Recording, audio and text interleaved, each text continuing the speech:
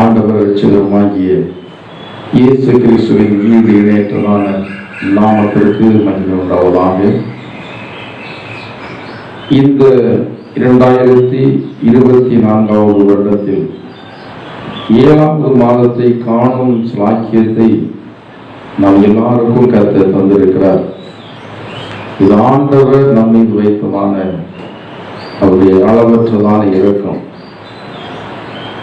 மனிதர்கள் பணத்தை பாதுகாக்கலாம், தங்களுக்கு இருக்கிறதான சகல பொருட்களை பாதுகாக்கலாம், ஆனால் ஜீவனை மட்டும் எந்த ஒரு மனிதனாலும் பாதுகாக்க முடியாது. உலகத்தில் இருக்கிற பெரிதான மருத்துவர்கள் கூட ஒரு மனிதனுடைய உயிரை பாதுகாக்க முடியாது. அது வெளியேற பெற்றது, அது கர்த்தருடைய கருத்தில் இருக்கிறது.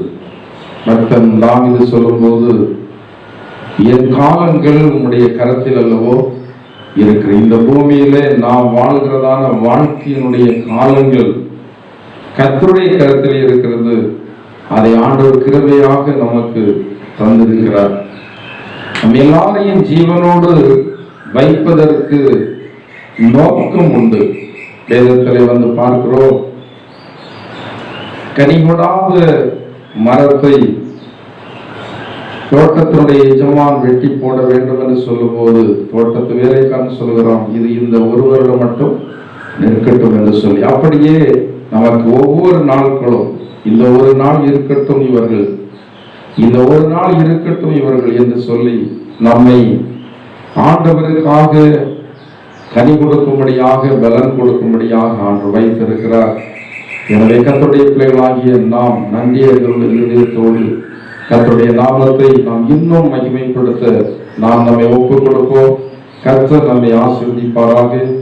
இந்த வேளையிலே கர்த்தர் தருகிறதான தேவனுடைய வாக்குத்தத்த வார்த்தை ரோமருக்கு எழுதின நிருபம் 8வது அதிகாரம் 28வது வசனத்தை வாசிப்போம்.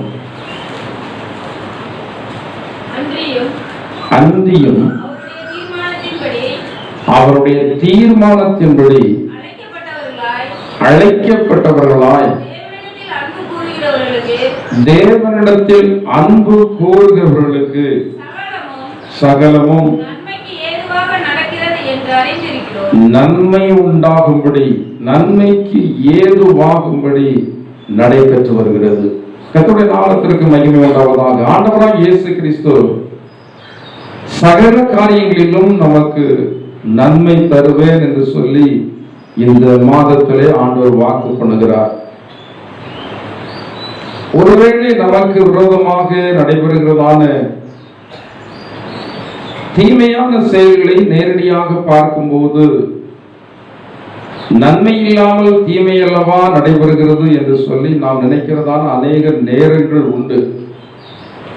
தேவனுடைய பிள்ளைகளுக்கு எந்த ஒரு காரியம் நடந்தாலும் அதை நன்மை உண்டாகும்படிதான் ஆண்டவர் செய்கிறவராக இருக்கிறார். வேதத்தில் அநேக விதமான சான்றுகளை குறித்து நாம் வந்து பார்க்கலாம். அநேக சாட்சிகள் கர்த்தருடைய வார்த்தையில் சொல்லி இருக்கிறது அல்லவா? இவ்வளவு திரளான சாட்சிகள் வேதாகமத்திலும் இருக்கிறது. இன்றைக்கு ஆண்டவருக்காக ஜீவித்து வருகிறதான தேவனுடைய பிள்ளைகளுடைய வாழ்க்கையிலையும் ஏராளமான சாட்சிகள் இருந்து கொண்டேதான் இருக்கிறது. வேதத்திலே பழைய ஏற்பாட்டில் நாம் வந்து பார்க்கும்போது யோசேப்புக்கு அவனுடைய சகோதரர்கள் தீமைதான் செய்தார்கள். அவருடைய இருதயத்திலே 100% இருந்ததான எண்ணம் அவருடைய சகோதரர் அத்தனை பேருக்கும், இந்த யோசேப்பாகிய நம்முடைய தம்பிக்கு நம்ம தீமையை தான் செய்கிறோம் என்று சொல்லி அவர்கள் அந்த காரியத்தை செய்தார்கள். இந்த யோசேப்பினுடைய தகப்பன் யோசேப்பை அதிகமாக நேசித்தார். ஆனால் தகப்பன் யோசேப்பு எந்த அளவுக்கு அதிகமாக நேசித்தாரோ அதற்கு நேர் எதிரான காரியங்களை அவனுடைய உடன் பிறந்ததான சகோதரர்கள் என்ன செய்கிறார்கள்.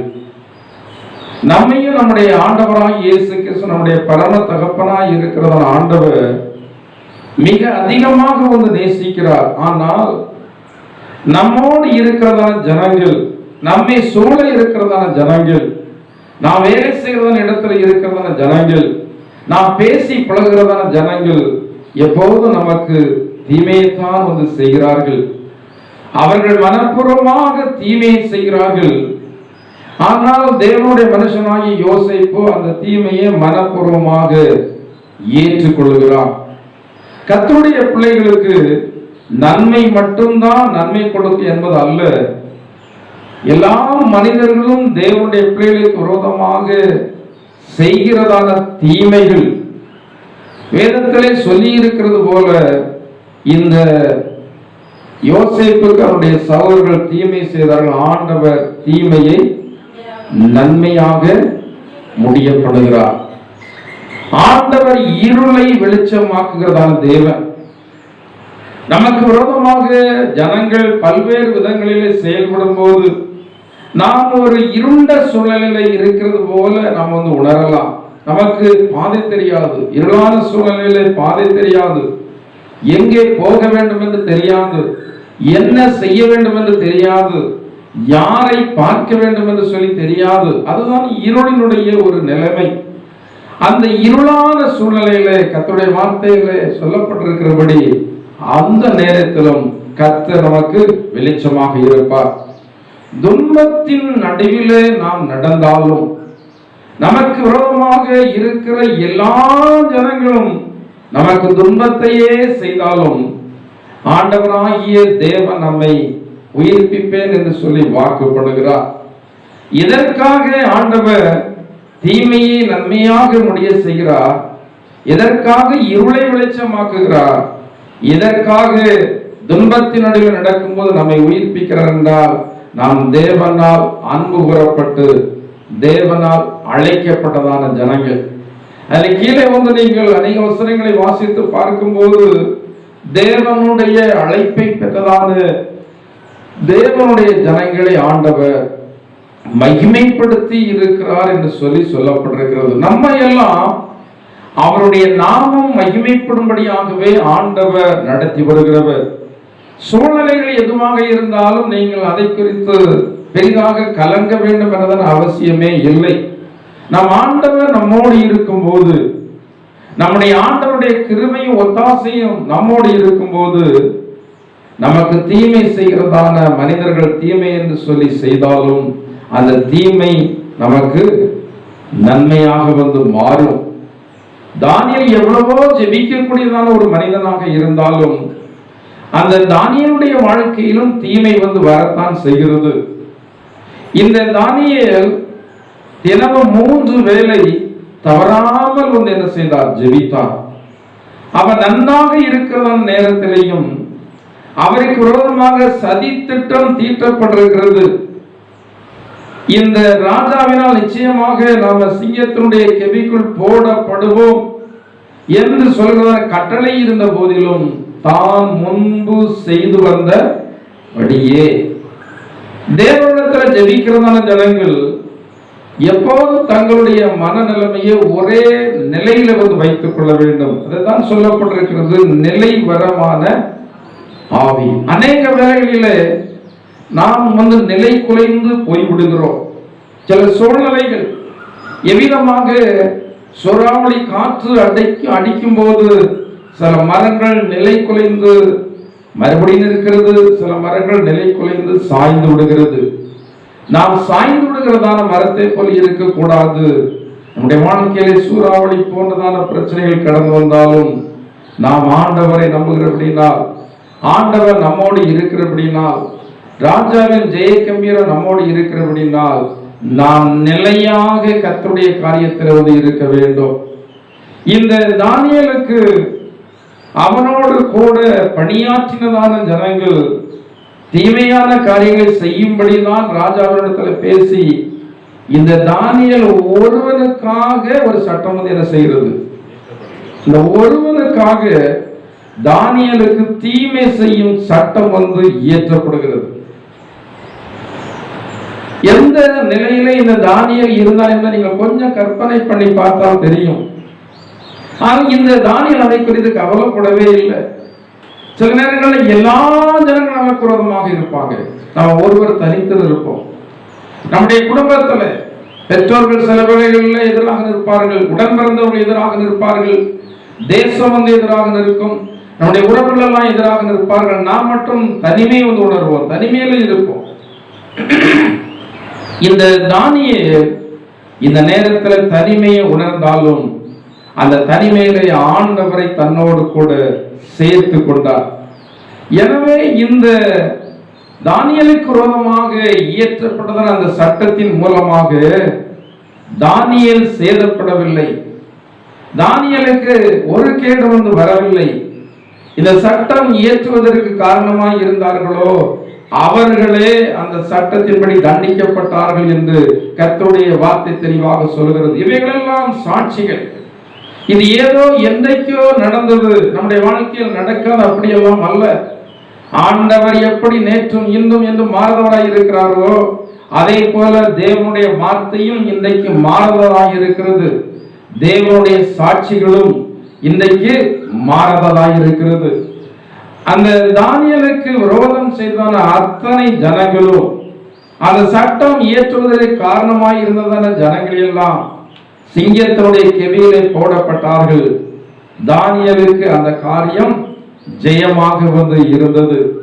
நம் வாழ்க்கையிலும் வருகிறதான தீமையான காரியங்களை நினைத்து நாம் அநேக வேளைகளிலே சோர்ந்து போய் விடுகிறோம்.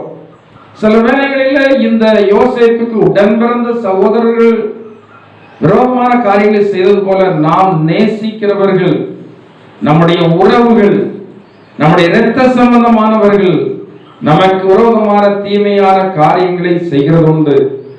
ஆனால் நாம் தனியாக இல்லை, நாம் ஆண்டவரோடு இருக்கிறோம், ஆண்டவர் நம்மோடு கூட இருக்கிறார். இந்த யோசேப்போடு கூட தெய்வம் இருந்ததான அந்த ஒரு காரணத்தினாலே தான் இந்த யோசேப்புக்கு விரோதமாக செய்த அத்தனை காரியங்களையும் ஆண்டவர் நன்மையாக முடிய பண்ணினார்.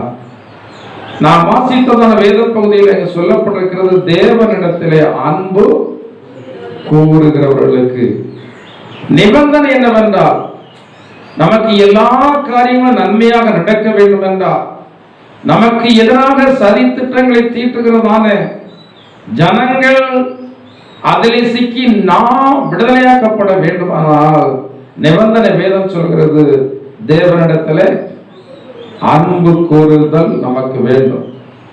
தேவனிடத்தில் அன்பு கூறாம எனக்கு நன்மை நடக்கும் என்று நம்புவதில் விசுவாசிப்பதில் என்ன இல்லை, அர்த்தம் இல்லை. படிக்காத ஒரு பையன் நான் நன்றாக பரீட்சை எழுதுவேன் என்று சொல்லி நம்புவதை போலதான் ஆண்டவரிடத்திலே அன்பு கூறாத ஜனங்கள் ஆண்டவர் எனக்கு செய்த எல்லா காரியமும் நன்மை உண்டாகும்படிதான் செய்வார் என்று நம்புவது அது அவநம்பிக்கை, அது விருதாவான ஒரு நம்பிக்கை. தேவனிடத்திலே நீங்கள் அன்பு கூறுகிறீர்கள் என்றதான சாட்சி தேவனால் சொல்லப்பட வேண்டும். உங்களை சூழ இருக்கிறதான ஜனங்கள் சொல்லணும், இவர்கள் தேவனை எவ்வளவாக நேசித்தார்கள், தங்களுடைய வாழ்நாள் காலத்துல தேவனிடத்துல இவர்களுக்கு எவ்வளவு தேவனிடத்தில் உள்ளதான அன்பு வந்து மிக வெளியேற பெற்றது.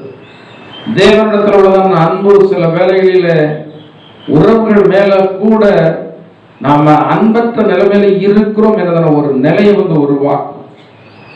என்னுடைய தாயார் வந்து நன்றாக நடமாடி ஊழியத்தை செய்த நாட்களில் அவர்கள் தேவன் பேர்ல அவ்வளவு அன்பாக வந்து அந்த நாட்களில் ஊழியத்தை செய்தார்கள். என்னுடைய தகப்பனார் காலம் சென்று விட்டார்கள். நல்ல வயதில் அவர்களுக்கு 42 வயதாக இருக்கும் போது அவருடைய கணவன் வந்து மரித்து போய்விட்டார்கள். பொதுவான சூழ்நிலை என்னவென்றால் அப்படிப்பட்ட நிலையில இருக்கிறதான ஸ்திரீகள் மறுபடி ஆண்டவர் பேர்ல அவ்வளவு பெரிய அன்பாக இருக்க முடியாது. ஏதோ ஒரு கிறிஸ்தவர்களாக இருப்போம், ஏதோ ஒரு ஊழியத்தை செய்வோம், அப்படிதான் இருந்திருக்க முடியும். ஆனால் கணவன் இந்த உலகத்தை விட்டு கடந்து போய்விட்டாலும் ஆண்டவர் மேல் அவர்களுக்கு அன்பு இருந்தது. இந்த அன்பை வந்து அவர்கள் வெளிப்படுத்தினார்கள். அந்த அன்பை வந்து நான் வந்து இன்றைக்கு நான் உணர்கிறேன், அதற்கு நான் சாட்சியாக இருக்கிறேன். என்னுடைய கடைசி தம்பி அவர்கள் ஊழியத்தை செய்கிறான், ஜோன்ஸ் மில்கி. அவன் ரொம்ப சிறிய பையன், ஆனா ஊழியத்திற்கு போனோம். பையனை பார்ப்பதற்கு யாரும் இல்லை. காலையில் போனால் சாயங்காலம் தான் வருவாங்க. பல வீடுகளிலே போய் சந்தித்து ஆண்டவரை பற்றி சொல்லிவிட்டு காலையில் போனால் சாயங்காலம் தான் வருவாங்க. தேவன் மேல உள்ளதான அன்புல கதவை நன்றாக வந்து அடைத்து விட்டு வீட்டில் சாப்பாடையும் தண்ணியும் ஒரு இடத்துல வைத்து விட்டு பசி எடுத்தா சாப்பிட்டு கொள்ளட்டும். இது ஏதோ 6 வயசு 7 வயசு அப்படிலாம் இல்லை, 3 வயசு 4 வயசுல அப்படி வந்து போட்டுட்டு ஆண்டவர் இடத்துல ஒப்பு கொடுத்து விட்டு, ஆண்டவரே நான் ஊழியத்திற்கு போனோம், என்னுடைய குழந்தையை பார்ப்பதற்கு யாரும் இல்லை, நீங்களே என்ன செய்துவிடுங்க, குழந்தையை பார்த்துக்கிடுங்க. ரொம்ப கவனமாக குழந்தையை பார்க்கிறதுன வீட்டிலே கூட அவ்வளவு நபர்களும் அவ்வளவு ஆட்களும் இருக்கும்போது அவர்களுடைய கண்ணை தப்பி மறைத்து போனதான குழந்தைகள் எத்தனையோ உண்டு. தண்ணீர் தொட்டில் விழுந்து மறைத்து போன குழந்தைகள் உண்டு. கரண்ட் ஷாக் அடித்து மறைத்து போன குழந்தைகள் உண்டு. இதையெல்லாம் மனிதர்கள் கவனமாக வந்து பார்த்து நடந்ததான ஒரு சம்பவம். ஆனால் தேவன் மேல் உள்ளதான அன்பினாலே இந்த குழந்தையை ஆண்டவரிடத்தில் ஒப்பு கொடுத்து விட்டு கதவையெல்லாம் நன்றாக லாக் பண்ணி விட்டு நெஞ்ச கல்லாக்கி விட்டு தாய் வந்து வெளியே போகும்போது கதவை அடைச்சிட்டு போனா எந்த பிள்ளைகளும் சந்தோஷமாக வந்து என்ன செய்கிறது இல்லை, வழி அனுப்புமா? 2 வயசு 3 வயசுல சந்தோஷமா வழி அனுப்புமா? குழந்தை என்ன செய்யும்? அழும். ஆனா ஆண்டவர் மேல உள்ளதான அன்புல இந்த குழந்தை அழுகிறதான சத்தத்தை கேட்டுக்கொண்டே ஆண்டவருக்காக வந்து ஊழியத்தை செய்தார்கள். இது வந்து தேவன் மேல் வைக்கிறதான அன்பின் தன்மை. நம்ம அனைவரும் நினைக்கிறோம், நான் ஆண்டவரை நேசிக்கிறேன் என்று சொல்லி நினைக்கிறோம். எதை வைத்து நீங்க நினைக்கிறீங்க? கோயிலுக்கு வருகிறீங்க, இதை வைத்து நினைக்கிறீங்க. ஏதோ உங்களால் இயன்றது ஆண்டவருக்கு கொடுக்கிறீங்க, இதை வைத்து நினைக்கிறீங்க. ஆனா இதையெல்லாம் தேவன் மேல் உள்ளதான அன்பினுடைய பிரதிபலிப்பில் ஒரு சிறிதான ஒரு பகுதி தான். தேவன் மேல் வைக்கிறது அன்பிற்காக நீங்கள் என்ன விலை கிடைத்து கொடுத்திருக்கிறீங்க? வேதத்தில் சொல்லப்பட்டிருக்கிறது, ஆதி திருச்சபையில் இருந்ததான தேவனுடைய பிள்ளைகள் தேவன் மேல் வைத்ததான அன்பினால தங்களுடைய ஆஸ்திகளை எல்லாம் சந்தோஷமாக கொள்ளையிட கொடுத்தார்கள். ஆதி திருச்சபை கடந்து வந்ததான கஷ்டங்களில் இப்போது இருக்கிறதான திருச்சபை 100% பகுதி கூட என்னப்படல, கஷ்டப்படல. நாமெல்லாம் ஆண்டவருக்காக பெரிய கஷ்டப்படல.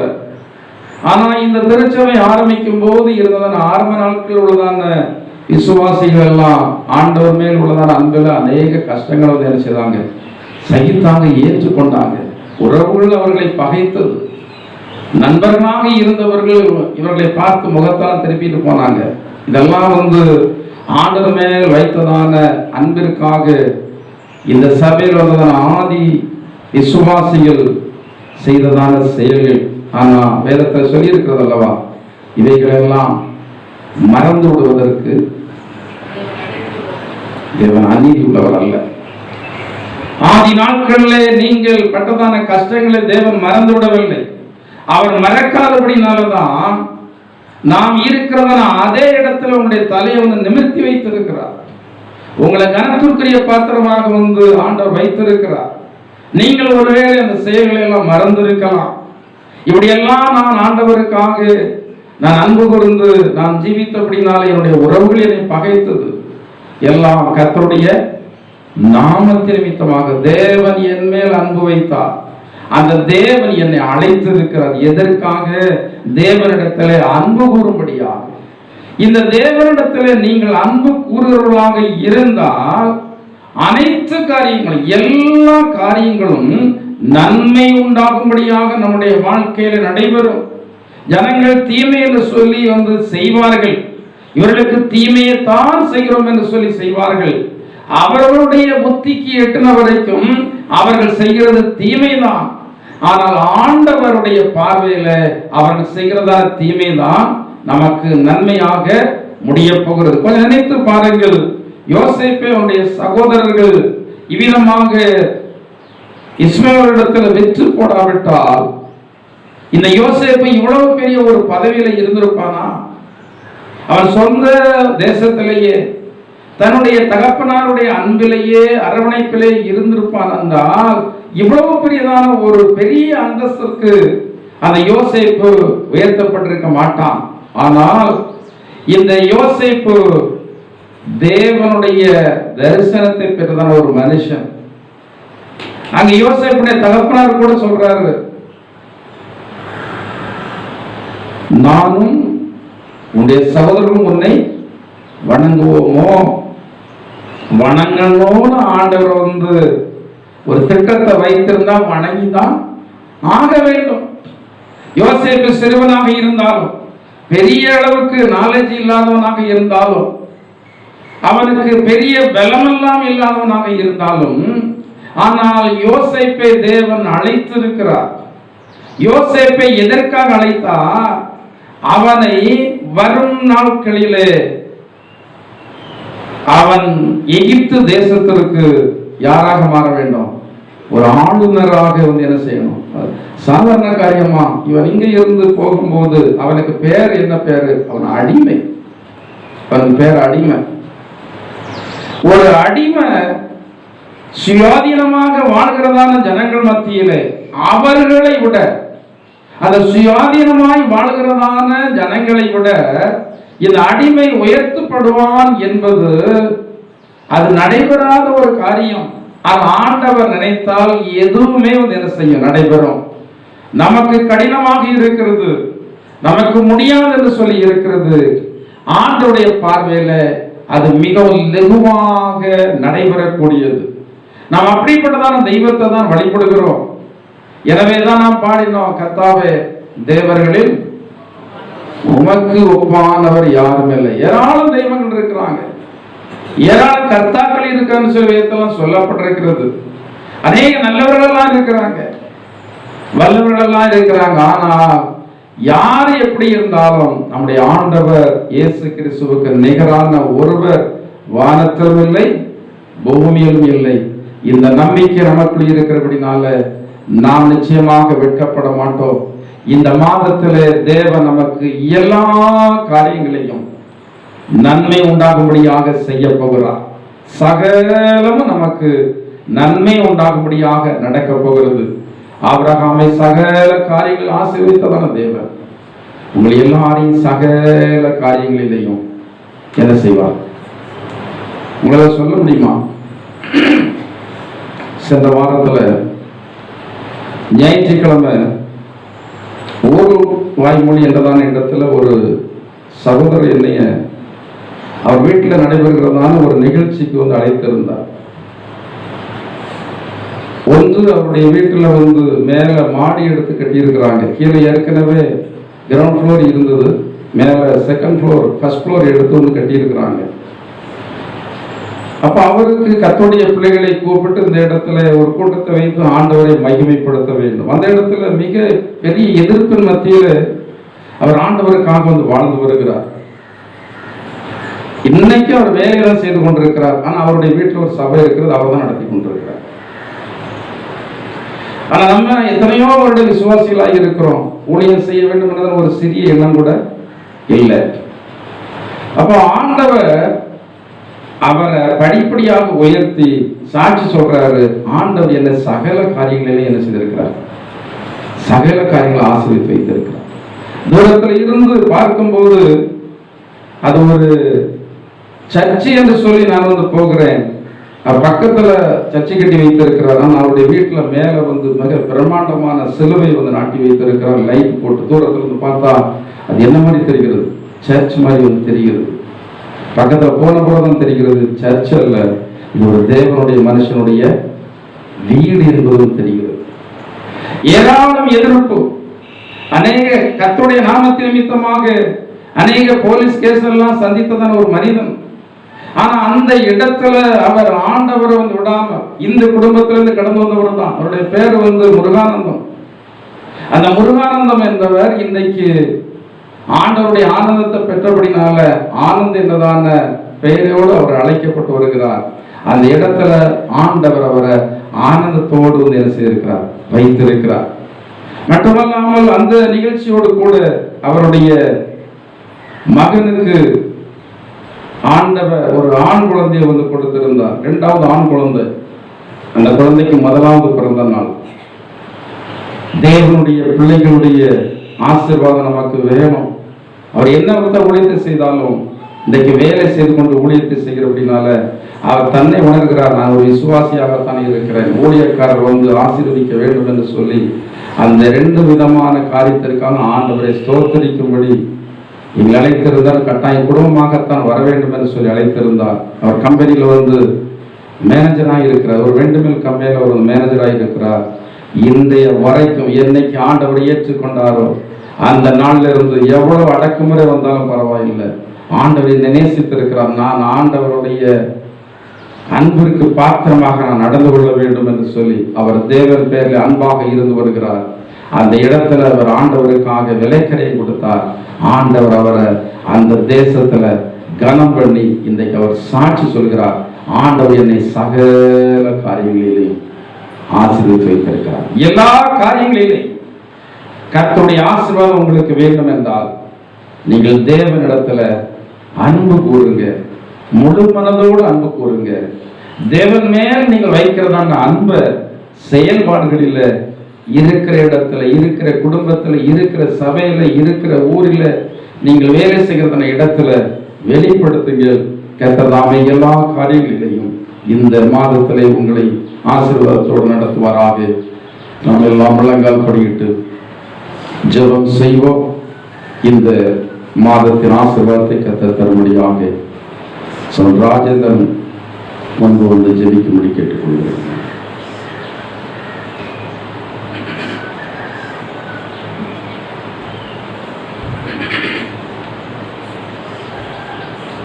பரிசுத்தமும் இரக்கமும் நிறைந்த நல்ல ஆண்டவரே, கர்த்தராகிய இயேசு கிறிஸ்துவே, உம்மை துதிக்கிறோம், சோத்தரிக்கிறோம். கர்த்தாவே, உம்முடைய ஆலய பிரகாரங்களில் எங்களுடைய ஆத்துமா வாஞ்சையும் தவனமுமாய் இருக்கிறது ஆண்டவரே.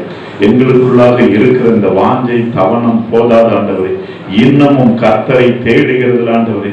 இசப்பா, நாங்கள் உற்சாகம் உள்ளவர்களாய் இருக்க வேண்டும் ஆண்டவரே. தானியேலுக்கு இருந்ததான அந்த நல்ல அனுபவத்தை அந்தி சந்தி மத்தியான வேலை என்று சொல்லி தாவீது சொல்லுகிறாரே, தானியேல் வழக்கத்தின்படி 3 வேளை செபித்தான் என்று சொல்லப்பட்டிருக்கிற ஆண்டவரே.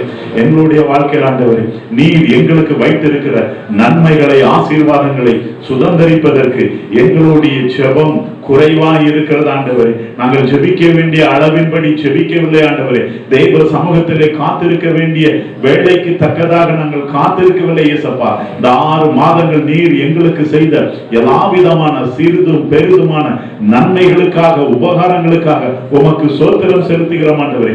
நாங்கள் உம்மிடத்தில் அன்பு கூறுகிறோம் ஆண்டவரே. ஆனாலும் நீர் எங்களில் முந்தி அன்பு கூறுகிறீர் ஆண்டவரே. நீர் எங்களை நேசிக்கிற பிரகாரமாக நாங்கள் நேசிக்கவில்லை ஆண்டவரே. சுயநலத்தோடு எங்களுடைய தேவைகளுக்காக ஆண்டவரே அவ்வப்பொழுது உங்களுடைய முகத்தை நோக்கி பார்க்கிறவர்களா இருக்கிறோமே தவிர ஆண்டவரே, யோபுவை போல கர்த்தர் என்னை கொன்று போட்டாலும் அவர் மேல் நான் நம்பிக்கையா இருப்பேன் என்று சொல்லி சொல்லக்கூடிய அளவில் எங்களுடைய அன்பு இல்லை அப்பா. உம்மை துதிக்கிறோம், சோத்தரிக்கிறோம் ஆண்டவரே. இந்த நாளில் எங்களுக்கு வாக்கு கொடுத்திருக்கிற ஆண்டவரே, அன்பையும் அவருடைய தீர்மானத்தின்படி இயேசுவே, என்னையும் எங்களையும் நீர் சந்தித்தது, ரட்சித்தது எதேச்சையாய் நடந்த செயல் அல்ல ஆண்டவரே. நீர் எங்களை முன்குறித்த ஆண்டவரே, தாயின் கற்பத்தில் ஆண்டவரே எங்களை முன்குறித்து பேர் சொல்லி அழைத்து அறிந்திருக்கிற தேவன் ஆண்டவரே. இசப்பா, என்னுடைய வாழ்க்கையிலே, எங்களுடைய வாழ்க்கையிலே என்ன நடந்தாலும் அது நன்மைக்கு ஏதுவாக என்று சொல்லப்பட்ட அந்த வார்த்தையின்படி ஆண்டவரே, கர்த்தர் எனக்கு எதை செய்தாலும் அதை நன்மைக்காகவே என்று ஏற்றுக்கொள்ளக்கூடிய, உம்மை உயர்த்தக்கூடிய, உம்மை துதிக்கக்கூடிய, உம்மை ஸ்தோத்தரிக்கக்கூடிய அந்த அனுபவத்தை தாங்க ஆண்டவரே. என்னுடைய வாழ்க்கையிலே, எங்களுடைய வாழ்க்கையிலே துதி பெருக வேண்டும், ஸ்தோத்திரம் பெருக வேண்டும் ஆண்டவரே. உம்மை உயர்த்த வேண்டும் ஆண்டவரே. எப்பொழுதும் எங்களுடைய கண்கள் உம்மையே நோக்கி இருக்க வேண்டும் ஆண்டவரே. அதற்கேற்ற அந்த ஒரு மனநிலை எங்களுக்கு தருவீராக. இயேசுவின் நாமத்தினால இந்த மாதத்தின் தேவைகள் எல்லாவற்றையும் கர்த்தர் சந்திப்பீராக. கையின் பிரயாசங்களை ஆசீர்வதியும் ஆண்டவரே. வீண் விரைய பண செலவுகள் வரக்கூடாது ஆண்டவரே. எல்லாருக்கும் நல்ல ஆரோக்கியத்தை, சுகபலனை நீர் கட்டளையிடுவீராக. உம்முடைய நாமத்திற்காக பிரயாசப்பட கர்த்தர் உதவி செய்யுங்க. தேவனுடைய வீட்டின் அடுத்த காரியங்களுக்காக ஒவ்வொருவரும் போட்டி போட்டு முந்தி கொண்டு கர்த்தருடைய காரியத்திலே ஈடுபடக்கூடிய அந்த இருதயத்தை கொடுப்பீராக ஆண்டவரே. ஏனோ தானோ என்று வாழ்கிற அந்த நிலை மாறட்டும் ஆண்டவரே. என்னுடைய வாழ்க்கையிலே, எங்களுடைய வாழ்க்கையில், எங்களுடைய பிள்ளைகளிலே, எங்களுடைய குடும்பங்களிலே, என்னுடைய வேலை ஸ்தலத்திலே எதை செய்தாலும் நீர் நன்மைக்காகவே செய்கிற ஆண்டவரே. என்னுடைய பழைய காரியங்களை இடித்து புதிய காரியங்களை நீர் கட்டுகிறீர் என்று ஏற்றுக்கொள்ளக்கூடிய மனநிலை எங்களுக்கு தாங்க. கர்த்தராகிய இயேசு கிறிஸ்துவை தெய்வம் என்று ஆராதிக்கிற சகல பரிசுத்தவான்களை ஆசீர்வதிங்க. எங்களுக்கு கொடுத்த இடங்களில் ஆண்டவர் இன்னும் உண்மையாய் உம்முடைய நாமத்தை உயர்த்த பிரசங்கிக்க கர்த்தர் கிருபை தாங்க. பரிசுத்த ஆவியின் நிறைவோடு கூட நாங்கள் வாழ உதவி செய்யும். ஆசீர்வதியும். சுந்தராஜபுரம் ஊழியம் ஆண்டவரை பன்மடங்கு பெருகும்படியே செபிக்கிறோம். ஏசப்பா, நீர் இத்தனை வருடங்களுக்கு பிறகு ஏற்படுத்தி கொடுத்த அந்த இரண்டாவது ஸ்தலத்திற்காக உம்மை துதிக்கிறோம், சோதரிக்கிறோம். இயேசுவின் நாமத்தினால் அந்த இடத்தில் உம்முடைய வல்லமை அப்பா அனுப்பப்படும்படியே செபிக்கிறோம். அந்த சுற்றுப்புற பகுதி அசைக்கப்படும்படியே செபிக்கிறோம். கர்த்தருக்காக இன்னும் அநேக கிளை சபைகளை எழுப்ப கர்த்தர் உதவி செய்யுங்க ஆண்டவரே. எழுந்து கட்டுவோம் வாருங்கள் என்று அன்றைக்கு நெகேமியா எஸ்ரா காலத்திலே செய்தது போல நாங்களும் இணைந்து நிற்க கர்த்தர் உதவி செய்யும். ஆசீர்வதியும், காத்துக்கொள்ளும், நன்மை நான் நிரப்பும்.